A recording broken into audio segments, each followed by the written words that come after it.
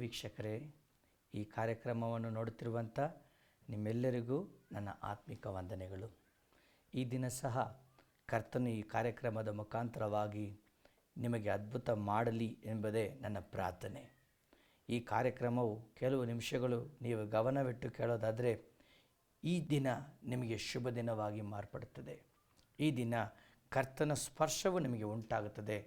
ಆತನ ಮಾತು ಎಂದಿಗೂ ಬೆರಿದಾಗಿ ಆತನ ಕಡೆಗೆ ತಿರುಗುವುದಿಲ್ಲ ಎಂಬುದಾಗಿ ಸತ್ಯವೇದ ನಮಗೆ ಹೇಳುತ್ತದೆ. ಪ್ರಿಯರೇ, ಈ ದಿನ ನಾವು ಧ್ಯಾನಿಸುವಂಥ ಕಾರ್ಯವೇನೆಂದರೆ ಶಾಪದಿಂದ ಹಲವಾರು ಜನರು ನರಳುತ್ತಾ ಇರೋದನ್ನು ನಾವು ಲೋಕದಲ್ಲಿ ನೋಡ್ತಾ ಇದ್ದೇವೆ.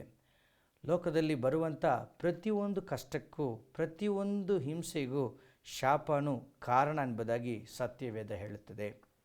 ಶಾಪ ಯಾತಕ್ಕಾಗಿ ಈ ಲೋಕದಲ್ಲಿರುವ ವ್ಯಕ್ತಿಗಳ ಮೇಲೆ ಬಂತು ಎಂದು ನಾವು ವೇದವನ್ನು ಓದುವಾಗ ಸತ್ಯವೇದ ನಮಗೆ ಹೇಳುತ್ತದೆ. ಶಾಪವು ಮೊದಲನೆಯದು ಈ ಲೋಕದಲ್ಲಿರುವ ಜನರ ಮೇಲೆ, ಈ ಲೋಕದ ಮೇಲೆ ಯಾವಾಗ ಬಂತು ಅಂದರೆ ದೇವರ ಮಕ್ಕಳು ದೇವರ ಮಾತಿಗೆ ವಿರೋಧವಾಗಿ ನಡೆದಾಗ, ದೇವರು ಕೊಟ್ಟಂಥ ಆಜ್ಞೆಗಳನ್ನು ಮೀರಿ ನಡೆದಾಗ ಶಾಪವು ಈ ಲೋಕದ ಮೇಲೆ ಬಂತು. ಲೋಕದಲ್ಲಿ ಜೀವನ ಮಾಡುತ್ತಿರುವಂಥ ಪ್ರತಿಯೊಬ್ಬನ ಮೇಲೆ ಬಂತು, ಪ್ರಕೃತಿ ಮೇಲೆ ಬಂತು ಎಂಬುದಾಗಿ ಸತ್ಯವೇದ ಹೇಳುತ್ತದೆ. ಶಾಪದ ಬಗ್ಗೆ ನಾವು ಹೆಚ್ಚಾಗಿ ಅರಿತುಕೊಳ್ಳಬೇಕಾದ್ರೆ ಸತ್ಯವೇದದಲ್ಲಿರುವಂಥ ಮೊದಲನೇ ಪುಸ್ತಕವಾಗಿರುವಂಥ ಆದಿಕಾಂಡದಲ್ಲಿ ನಾವು ನೋಡುವಾಗ ಆದಾಮ್ ಅವಳು ದೇವರ ಮಾತಿಗೆ ವಿಧೇಯರಾಗದೆ ವಿರೋಧವಾಗಿ ನಡೆದ ಕಾರಣ ಅವರು ಹಲವಾರು ಶಾಪಗಳನ್ನು ಅನುಭವಿಸಿದರು ಎಂಬುದಾಗಿ ನಾವು ನೋಡುತ್ತೇವೆ. ಅವರ ಒಂದು ನಡವಳಿಕೆಯ ಮುಖಾಂತರವಾಗಿ ಅವರ ಹೊಟ್ಟೆಯಲ್ಲಿ ಹುಟ್ಟಿದಂಥ ಎಲ್ಲ ಜನರಿಗೂ ಆ ಶಾಪವು ಹಬ್ಬಿಕೊಂಡಿತ್ತು ಎಂಬುದಾಗಿ ನಾವು ನೋಡ್ತೇವೆ. ಶಾಪ ಬಂದ ಕಾರಣ ದೇವರ ಮಾತಿಗೆ ವಿಧೇಯರಾಗದೆ ವಿರೋಧವಾಗಿ ನಡೆದರಿಂದ, ಶಾಪವು ಬಂದ ಕಾರಣ ಅನೈತಿಕವಾದ ಕೃತ್ಯಗಳನ್ನು ಮಾಡಿದರಿಂದ, ಶಾಪವು ಬಂದ ಕಾರಣ ನಾವು ದೇವರಿಗೆ ವಿಧೇಯರಾಗದೆ ಶೈತಾನನ ಮಾತಿಗೆ ಕಿವಿ ಕೊಟ್ಟರಿಂದ ಶಾಪವು ಬಂತು ಎಂಬುದಾಗಿ ಸತ್ಯವೇದ ಹೇಳುತ್ತದೆ. ಈ ಶಾಪದ ಪರಿಣಾಮವಾದರೂ ಏನು ಎಂಬುದಾಗಿ ನಾವು ನೋಡೋದಾದರೆ, ಶಾಪವು ಒಬ್ಬ ಮನುಷ್ಯನ ಜೀವನದಲ್ಲಿ ಬಂದಾಗ ಆತನಿಗೆ ಹಲವಾರು ನಷ್ಟಗಳು ಉಂಟಾಗುತ್ತದೆ. ಶಾಪಕ್ಕೆ ಗ್ರೇಕ ಪದದಲ್ಲಿ ಮೂಲ ಅರ್ಥ ಏನಂದರೆ ಸರ್ವನಾಶ, ಡಿಸ್ಟ್ರಕ್ಷನ್, ಸರ್ವನಾಶ. ಶಾಪ ಎಂಬುದಾದರೆ ಎಲ್ಲವೂ ನಾಶ. ಶಾಪದ ಕಾರಣದಿಂದ ಕೆಲವೊಂದು ಸಮಯಗಳಲ್ಲಿ ನಾನಾ ರೀತಿಯಾದ ರೋಗಗಳು ಮನುಷ್ಯನಿಗೆ ಬರುತ್ತದೆ. 3-4 ತಲೆಮಾರುಗಳು ಆ ರೋಗಗಳು ಆ ಒಂದು ಮನುಷ್ಯರ ಜೀವನವನ್ನು ಪೀಡಿಸುತ್ತದೆ. ಕೆಲವು ಸಮಯಗಳಲ್ಲಿ ಶಾಪದ ಕಾರಣಗಳಿಂದ ಅವರು ಏನನ್ನೂ ಸಹ ಅವರ ನೆಲದಲ್ಲಿ ಬಿತ್ತರೂ ಆ ನೆಲಗಳಲ್ಲಿ ಯಾವುದೇ ಒಂದು ಪ್ರತಿಫಲ ಇಲ್ಲ. ಕೆಲವೊಂದು ಸಮಯಗಳಲ್ಲಿ ಗ್ರಾಮಗಳಿಗೆ ನಾವು ಸೇವೆಗೆ ಹೋಗೋದಾಗ ಅವ್ರು ಹೇಳ್ತಾರೆ, ಪಾಸ್ಟರ್, ನಮ್ಮ ಭೂಮಿ ಬರೀ ಭೂಮಿಯಾಗಿದೆ, ಅದರಲ್ಲಿ ನೀರಿಲ್ಲ, ಅದರಲ್ಲಿ ನಾವು ವ್ಯವಸಾಯ ಮಾಡಲು ಸಾಧ್ಯವಿಲ್ಲ. ಕಾರಣವೇನೆಂದರೆ ಆ ನೆಲದಲ್ಲಿ ಏನನ್ನು ನಾವು ಹಾಕಿದ್ರೂ ಸಹ ಅದು ಪ್ರತಿಫಲವನ್ನು ಕೊಡುವಂಥ ನೆಲವಿಲ್ಲ, ಅದು ಒಂದು ಬಂಜೆತನ ತುಂಬಿದ ಒಂದು ನೆಲವಾಗಿದೆ ಅಂತ ಹೇಳಿ, ಶಾಪವಾದ ನೆಲವಾಗಿದೆ ಅಂತೇಳಿ ಕೆಲವು ರೈತರು ನಮಗೆ ಹೇಳ್ತಾರೆ. ಶಾಪದ ಕಾರಣ ನೆಲದಲ್ಲಿ ಒಂದು ಹಸಿರು ಇಲ್ಲದೇ ಇರುವುದು, ಶಾಪದ ಕಾರಣ ಮಗು ಹುಟ್ಟದೇ ಇರುವುದು. ಕೆಲವೊಂದು ಸಮಯಗಳಲ್ಲಿ ಕೆಲವರಿಗೆ ಪ್ರಾರ್ಥನೆ ಮಾಡುವಾಗ ಆ ಒಂದು ತಲೆಮಾರುಗಳಲ್ಲಿ ಶಾಪ ಇರೋದನ್ನು ನಾವು ನೋಡ್ತೇವೆ. ಆ ತಲೆಮಾರುಗಳಲ್ಲಿ ಯಾರಿಗಾದರೂ ಒಬ್ಬರಿಗೆ ಕುಟುಂಬದಲ್ಲಿ ಈ ರೀತಿಯಾದ ಬಂಜೆತನ ಅವರನ್ನು ಪೀಡಿಸ್ತಾ ಇರೋದನ್ನು ನಾವು ನೋಡುತ್ತೇವೆ. ಶಾಪದ ಕಾರಣದಿಂದ ಬಂಜೆತನ, ಶಾಪದ ಕಾರಣದಿಂದ ಬಡತನವೂ ಶಾಪಕ್ಕೆ ಒಂದು ಸೂಚಕವಾಗಿದೆ. ಮಾತ್ರವಲ್ಲ, ದೇವರು ನೇಮಿಸಿದಂಥ ಕಾಲಕ್ಕೆ ಮುಂಚಿತವಾಗಿ ಮರಣ, ಆತ್ಮಹತ್ಯೆ, ಈ ರೀತಿಯಾದ ನಾಶಕರವಾದ ಕಾರ್ಯಗಳಿಗೆ ಶಾಪವು ಕಾರಣ ಎಂಬುದಾಗಿ ಸತ್ಯವೇದ ಹೇಳುತ್ತದೆ. ಈ ಶಾಪಗಳನ್ನು ನೀಗಿಸಲು, ಈ ಶಾಪದ ಹಿಂಡಿನಿಂದ ಜನರನ್ನು ಬಿಡಿಸಲು ಕರ್ತನಾದ ಯೇಸು ಕ್ರಿಸ್ತನು ಈ ಲೋಕಕ್ಕೆ ಬಂದನು. ಆತನು ಕ್ರೂಜಿನಲ್ಲಿ ನಮ್ಮ ಶಾಪಗಳಿಗೋಸ್ಕರ ಜಜ್ಜಲ್ಪಟ್ಟನು. ಹೌದು ಪ್ರಿಯರೇ, ಗಲಾತಿಯ ಬರೆದ ಪತ್ರಿಕೆ 3ನೇ ಅಧ್ಯಾಯದಲ್ಲಿ 14ನೇ ವಚನದಲ್ಲಿ ಒಂದು ಸುಂದರವಾದ ವಾಗ್ದಾನವನ್ನು ಸ್ವಾಮಿ ನಮಗೆ ಅಲ್ಲಿ ಬರೆದಿಟ್ಟಿದ್ದಾನೆ. ನಾನು ನಿಮಗಾಗಿ ಓದುತ್ತೇನೆ. ನಮ್ಮ ಶಾಪವನ್ನು ನಮ್ಮ ನಿಮಿತ್ತ ಶಾಪವಾಗಿ ಧರ್ಮಶಾಸ್ತ್ರದಲ್ಲಿ ಹೇಳುವ ಶಾಪಗಳಿಂದ ನಮ್ಮನ್ನು ಬಿಡಿಸಿದನು. ಮರಕ್ಕೆ ತೊಂಗಲ್ಪಟ್ಟ ಪ್ರತಿಯೊಬ್ಬನು ಶಾಪಗ್ರಸ್ತನು ಎಂದು ಶಾಸ್ತ್ರದಲ್ಲಿ ಬರೆಯಲ್ಪಟ್ಟಿದೆಯಲ್ಲವೇ? ಹೌದು ಪ್ರಿಯರೇ, ನಮ್ಮ ಶಾಪವನ್ನು, ನಮ್ಮೆಲ್ಲರ ಶಾಪಗಳಿಂದ ನಮ್ಮನ್ನು ಬಿಡಿಸಲು ನಮ್ಮ ಶಾಪವನ್ನು ಕರ್ತನಾದ ಯೇಸು ಕ್ರಿಸ್ತನು, ದೇವಾದಿದೇವನು, ದೇವರ ಕುಮಾರನು ಆತನ ಮೇಲೆ ತೆಗೆದುಕೊಂಡನು. ಆತನ ಶಿಲುವೆಯ ಮರಣ ನಮ್ಮ ಶಾಪದಿಂದ ಬಿಡಿಸೋದಕ್ಕಾಗಿ. ಕೆಲವೊಂದು ಸಮಯದಲ್ಲಿ ನಾವು ಶಿಲುವೆಯ ಮರಣದ ಬಗ್ಗೆ ಹೇಳುವಾಗ ಅಥವಾ ಅದನ್ನು ದೃಷ್ಟಿಯಲ್ಲಿ ನಾವು ನೋಡುವಾಗ, ಒಂದು ವಿಡಿಯೋದಲ್ಲಿ ನಾವು ನೋಡುವಾಗ ಹಲವಾರು ಮಕ್ಕಳು ಅಳೋದನ್ನು ನಾವು ನೋಡುತ್ತೇವೆ. ಹಲವಾರು ಹೃದಯಗಳು ಹಾಗೆ ಉರುಗಿ ಹೋಗೋದನ್ನು ನೋಡುತ್ತೇವೆ. ಅದು ಯಾತಕ್ಕೋಸ್ಕರ ಗೊತ್ತಾ ಪ್ರಿಯರೇ? ನಿಮ್ಮ ಶಾಪಗಳಿಗೋಸ್ಕರ, ನನ್ನ ಮೇಲಿದ್ದಂಥ ಶಾಪಗಳಿಗೋಸ್ಕರ ದೇವಾದಿದೇವನು ಕ್ರೂಜಿನಲ್ಲಿ ರಕ್ತವನ್ನು ಸುರಿಸಿದ್ದಾನೆ. ಈ ಒಂದು ದಿನವೂ, ಈ ಒಂದು ಕಾರ್ಯಕ್ರಮವನ್ನು ವೀಕ್ಷಣೆ ಮಾಡುತ್ತಿರುವಂಥ ನಿಮ್ಮ ಜೀವನದಲ್ಲಿರುವಂಥ ಶಾಪಗಳಿಂದ ನಿಮ್ಮನ್ನು ಬಿಡಿಸಲು ಸಿದ್ಧನಾಗಿದ್ದಾನೆ. ನಿಮಗೆ ಶಾಪದಿಂದ ಒಂದು ಬಿಡುಗಡೆ ಬೇಕಾದರೆ ನೀವು ಮಾಡಬೇಕಾದಂಥ ಮೊದಲನೇ ಕಾರ್ಯ ಏನೆಂದರೆ, ಕರ್ತನಾದ ಯೇಸು ಕ್ರಿಸ್ತವನ್ನು ನೀವು ಸ್ವೀಕಾರ ಮಾಡಬೇಕು. ನಿಮ್ಮ ಹೃದಯದಲ್ಲಿ ಆತನನ್ನು ನಂಬಬೇಕು. ಆತನು ನನ್ನ ಶಾಪಗಳಿಗಾಗಿ ಜಜ್ಜಲ್ಪಟ್ಟನು ಎಂಬುದಾಗಿ ನಂಬಬೇಕು. ಇದೇ ನೀವು ಮಾಡಬೇಕಾದಂಥ ಮೊದಲನೇ ಕಾರ್ಯ. ಎರಡನೇ ಕಾರ್ಯ, ನಿಮ್ಮ ಪಾಪಗಳನ್ನು ಅರಿಕೆ ಮಾಡಬೇಕು. ನಾವು ನೋಡುತ್ತೇವೆ, ಜ್ಞಾನೋಕ್ತಿಗಳು 28ನೇ ಅಧ್ಯಾಯ 13ನೇ ವಚನದಲ್ಲಿ ನಾವು ನೋಡುವಾಗ, ಪಾಪವನ್ನು, ದ್ವೇಷವನ್ನು ಅದನ್ನು ಮುಚ್ಚಿ ಇರುವರು ಬದುಕುವುದಿಲ್ಲ.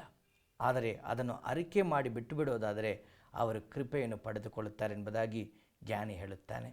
ಹೌದು ಪ್ರಿಯರೇ, ಈ ಒಂದು ಪಾಪದ ಕೃತ್ಯಗಳಿಂದಲೇ ನಮ್ಮ ಜೀವನದಲ್ಲಿ ಶಾಪಗಳು ಬರುತ್ತಿದೆ. ಈ ದಿನ ನಾವು ಯಾವ ಪಾಪದಿಂದ ನಮಗೆ ಕಷ್ಟ ಬಂದಿದೆ ಎಂಬುದಾಗಿ ದೇವರ ವಾಕ್ಯವನ್ನು ಇಟ್ಟು ನಾವು ಯೋಚನೆ ಮಾಡಿದಾಗ, ಆ ಪಾಪಗಳಿಗಾಗಿ ದೇವರ ಬಳಿ ನಾವು ಕ್ಷಮಾಪಣೆಯನ್ನು ಕೇಳಿ ಆ ಪಾಪಗಳನ್ನು ನಾವು ಬಿಟ್ಟು ಬಿಡುವಾಗ ಅದರ ಮುಖಾಂತರವಾಗಿ ಬಂದಂಥ ಶಾಪಗಳು ನಾಶವಾಗಿ ಹೋಗುತ್ತದೆ. ಆದರೆ ಪಾಪವನ್ನು ನಾವು ಅರಿಕೆ ಮಾಡದೆ ಪದೇ ಪದೇ ಅದೇ ಅನೈತಿಕ ಕೃತ್ಯಗಳನ್ನು ನಾವು ಮಾಡ್ತಾ ಇರುವಾಗ ನಮ್ಮ ಜೀವನದಲ್ಲಿ ಬಿಡುಗಡೆ ಇರೋದಿಲ್ಲ ಪ್ರಿಯರೇ.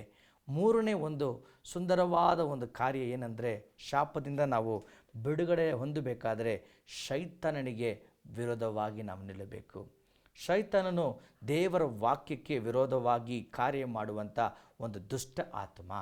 ದೇವರ ಮಕ್ಕಳು, ಈ ಲೋಕದಲ್ಲಿ ಸೃಷ್ಟಿ ಮಾಡಿದಂಥ ಪ್ರತಿಯೊಂದು ಜನರು ದೇವರ ವಾಕ್ಯದಂತೆ ನಡೆಯುವುದೇ ದೇವರ ಚಿತ್ತವಾಗಿದೆ. ಆ ಒಂದು ದೇವರ ಚಿತ್ತಕ್ಕೆ ನಾವು ಎದುರಾಗಿ ನಡೆದಾಗಲೇ ಶೈತಾನನು ನಮ್ಮ ಮೇಲೆ ಹಕ್ಕು ಚಲಾಯಿಸಲು ಅಧಿಕಾರವುಳ್ಳವನಾಗಿ ಮಾರ್ಪಡುತ್ತಾನೆ. ಆದರೆ ಕರ್ತನ ವಾಕ್ಯ ಹೇಳುತ್ತದೆ, ಯಾಕೋಬ 4ನೇ ಅಧ್ಯಾಯ 7ನೇ ವಚನ ಹೇಳುತ್ತದೆ, ಶೈತಾನನನ್ನು ಹೆದರಿಸಿರಿ, ಆಗ ಆತನು ನಿಮ್ಮನ್ನು ಬಿಟ್ಟು ಓಡಿ ಹೋಗುತ್ತಾನೆ. ಕರ್ತನಾದ ಯೇಸು ಕ್ರಿಸ್ತನು ಈ ಲೋಕದಲ್ಲಿ ಬಂದಾಗ, ಆತನನ್ನು ಶೋಧಿಸಲು ಸೈತಾನು ಬಂದಾಗ ಸ್ವಾಮಿ ವಾಕ್ಯದ ಮುಖಾಂತರವಾಗಿ ಅವನನ್ನು ಎದುರಿಸಿದರು. ಆದ್ದರಿಂದ ಸ್ವಾಮಿಯ ಜೊತೆಯಲ್ಲಿ ಆತನು ನಿಲ್ಲದೆ ಓಡೋಗುವುದೆಂಬುದಾಗಿ ಕರ್ತನ ವಾಕ್ಯವು ನಮಗೆ ಹೇಳುತ್ತದೆ. ಮತ್ತೆಯು 4ನೇ ಅಧ್ಯಾಯದಲ್ಲಿ ಅದು ಬರೆದಿದ್ದನ್ನು ನಾವು ನೋಡುತ್ತೇವೆ. ಪ್ರಿಯರೇ, ಈ ದಿನ ಸೈತಾನ ನಮ್ಮ ಮೇಲೆ ಅಧಿಕಾರ ಚಲಿಸಲು ನಾವು ಆತನಿಗೆ ಹಕ್ಕನ್ನು ಕೊಡಬಾರದು.